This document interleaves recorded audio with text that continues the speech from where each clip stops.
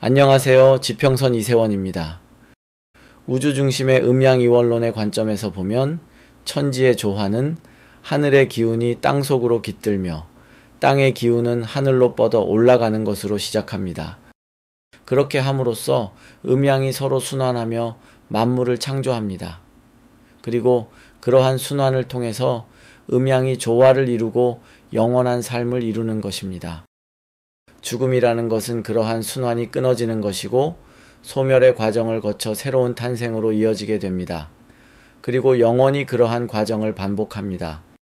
이것을 인간 중심의 천지인 삼원론의 관점인 사주학으로 표현하면 다음과 같습니다. 하늘의 기운은 천간이 되며 이것은 내가 항상 바라보고 있는 것이며 늘상 생각하는 것이며 꿈꾸는 것입니다.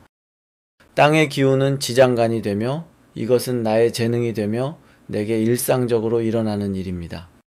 그리고 새로이 내가 세상의 주체로서 존재하게 되는데 지지가 바로 그러한 나를 뜻하는 것입니다. 따라서 나는 행동하는 주체로서 이 세상을 살아가게 되는데 그럼으로써 겪게 되는 일들이 지지에서 나타납니다. 이렇게 사주학에서 천간, 지지, 지장간은 분명하게 의미가 있으며 서로 간에 명확한 차이가 있습니다.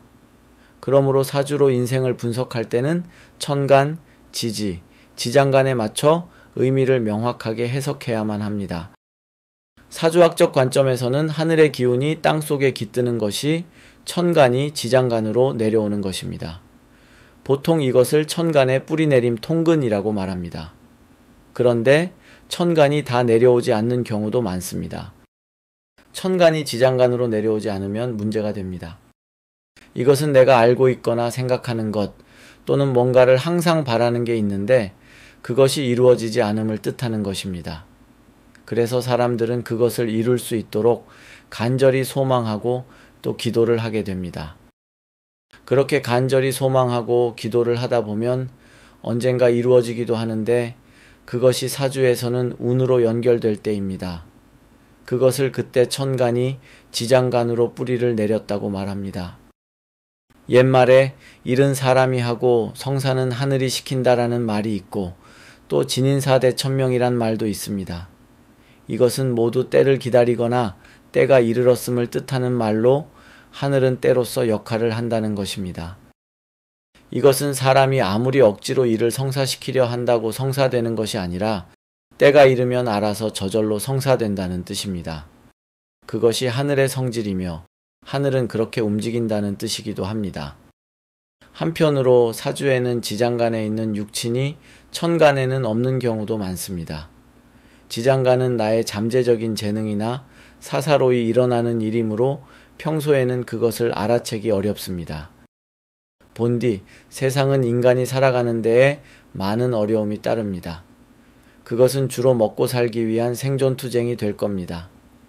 수염이 석자라도 먹어야 산다는 말이 있듯이 인간은 먹기 위해서 반드시 일을 해야 하고 주변에 한정된 자원으로 살아가야 하기 때문에 늘 생존을 걱정해야 하는 존재입니다.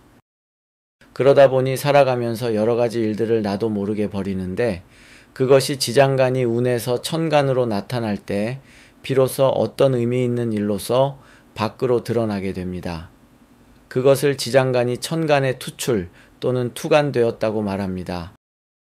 이렇게 천간과 지장간은 통근과 투출이라는 두 가지 방식으로 소통을 할 때 비로소 인간은 자기가 원하는 바를 이룰 수 있는 것입니다. 물론 그것이 반드시 좋은 결과만을 나타내는 것은 아닙니다. 본디, 자연은 현상이 본질이고 인간 역시 행동이 본질이기 때문에 그 결과를 놓고 좋고 나쁨을 평가하는 것은 본질과는 다른 문제입니다. 많은 사람들이 오해하기 쉬운 것이 있습니다. 그것은 사주를 놓고 이것은 좋고 저것은 나쁘다를 따지는 경우가 많은데 본래 자연에는 좋고 나쁨이란 없습니다. 어떤 현상만이 있을 뿐입니다. 그것을 각자의 시각으로 이로울 때는 좋다고 하고 불리할 때는 나쁘다고 평가할 뿐입니다. 인간사 역시 마찬가지입니다. 자신에게 유리하면 좋은 것이고 분리하면 나쁜 것이라고 평가합니다. 하지만 그것은 사주의 본질을 올바로 해석하지 못하는 것입니다. 사주는 자연을 인간 세상으로 재해석한 것이므로 자연과 같이 어떤 현상만을 해석해야만 합니다. 따라서 사주는 인간의 행동을 분석하는 것이지 그것에 대한 좋고 나쁨을 함부로 해석해서는 안 됩니다.